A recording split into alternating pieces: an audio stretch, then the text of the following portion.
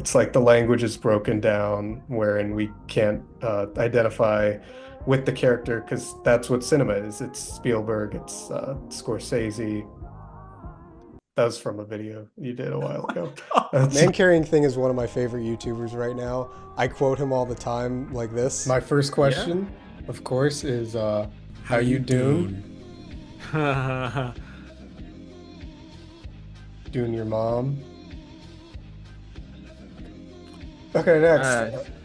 yeah, I think I'm just gonna go. But no, he used to be a book review YouTuber, and now he makes little skits. So how do you start doing that? I wanted to do film. I wanted to like make movies, and I initially went to school wanting to do that, and then I realized that I needed to make money somehow, or Yeah, try to survive out there. And I've learned that apparently it was Joseph Stalin yeah. who said, um, "Quantity has a quality all its own," and I've decided to live by that. And I think as a YouTuber, you just kind of have to take the plunge and go, "All right, let's just throw shit at the wall and see what sticks." Back in November, I said his style would be the most influential one of 2024 and that everyone would start doing it because he uploads like short videos but as horizontal clips. So why does he do that? If you tell them like, "Yeah, you could just watch this as a short," you're devaluing what you're making a little bit. Personally, I think, and especially for my stuff, and I don't know, like now that I've built this kind of like pattern with my viewers to come and interact with videos in this way, I don't really want to. I don't really feel like changing it. He's about to hit 500,000 subscribers. I caught him at an interesting time to talk about the YouTube life cycle. There's the learning curve phase where you're just figuring out how to make things work, how to fit into the algorithm, how to find your niche, and then there's the phase where, okay, you have an audience. Now what do you do to distinguish yourself from the mass of content out there? This is like the first time I've talked to another YouTuber about YouTube, so we went on a lot of tangents. I don't know how that segues into this next part, but his fans are great. I mean, I think, yeah, my viewers are the smartest ones on YouTube for sure. Oh yeah.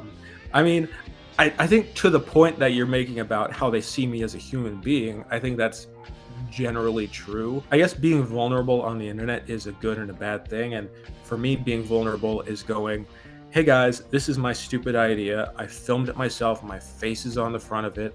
If it's not funny, then, you guys can tear it apart. But also, I'm not trying to make something masterful here. It's just like this is who I am." So he loves books. Look in the background of any of his videos, loves books, loves film. I asked him if he was gonna write a book, what would it be about? Not such a hypothetical question. I mean, I'm always writing, behind the scenes. Yeah. I mean, I have so many books that I would love to write. I'm definitely, I like horror. I like, detective fiction and mysteries. So it probably would be some kind of genre thing. I looked up man carrying thing interview on YouTube to make sure nobody had done this yet, and I found a bunch of fake interviews he did. So that led to this. I'm thinking of that. I'm thinking of Blood Meridian books that have recently had more mainstream appeal, and you've just been able to be in the center of all that. So that's pretty cool. It's like the language is broken down wherein we can't identify with the character because that's what cinema is. It's Spielberg, it's Scorsese. That was from a video you did a while ago. That's just, I don't know if you were gonna recognize any of those. The language itself is broken down to the point wherein we can no longer identify with the character because that's what the cinema is. It's Spielberg, it's Scorsese. The second you said it's Spielberg, it's Scorsese, I was like, this sounds eerily familiar. Where did the name man carrying thing come from? I don't know what I thought it was going to be, but it was not that. Oh man, it is actually the title of a poem by Wallace Stevens. And when I was starting my channel, I was just trying to find some unique sounding thing, and Wallace Stevens is one of my favorites, and he was known as just having the weirdest poem titles, just really Yeah. strange in a lot of ways. The Emperor of Ice Cream is like one of his famous ones. So we started talking about like what we want to leave behind and stuff. When I'm down the road, years from now, like I'm always thinking ahead. Like years from now, when I'm 40, do I want to be doing 30-second skits every week? You know, I probably want to just do a little longer, you know, analysis kind of stuff, and I feel like my audience would be fine with that largely. So, And I understand this is like the biggest question anyone's ever been asked, but how do you measure like the impact you've made these past 4 years? I mean, I don't. It's a good question, but it's one that I really try to avoid asking myself, because ultimately, once I start thinking about that, then I'm going to start changing what I do, you know, and become self-conscious. And I guess the only thing I'm interested in right now is just wasting people's time. The impact is that's nothing I can decide. That's whatever people take from it, and I'm sure there's people who are taking different things from it. And as a fan, I had an answer for this. I think what you do for your viewers is the community. Just being a part of an inside joke, and you have like a dozen at this point, is, you know, a thing that makes you part of an in-group. It's great for, you know, loyalty and metrics, and people are, you know, going to subscribe and keep coming back, and that's great. But it's also a real impact. So that would be my answer to you, just so you don't have to think about that.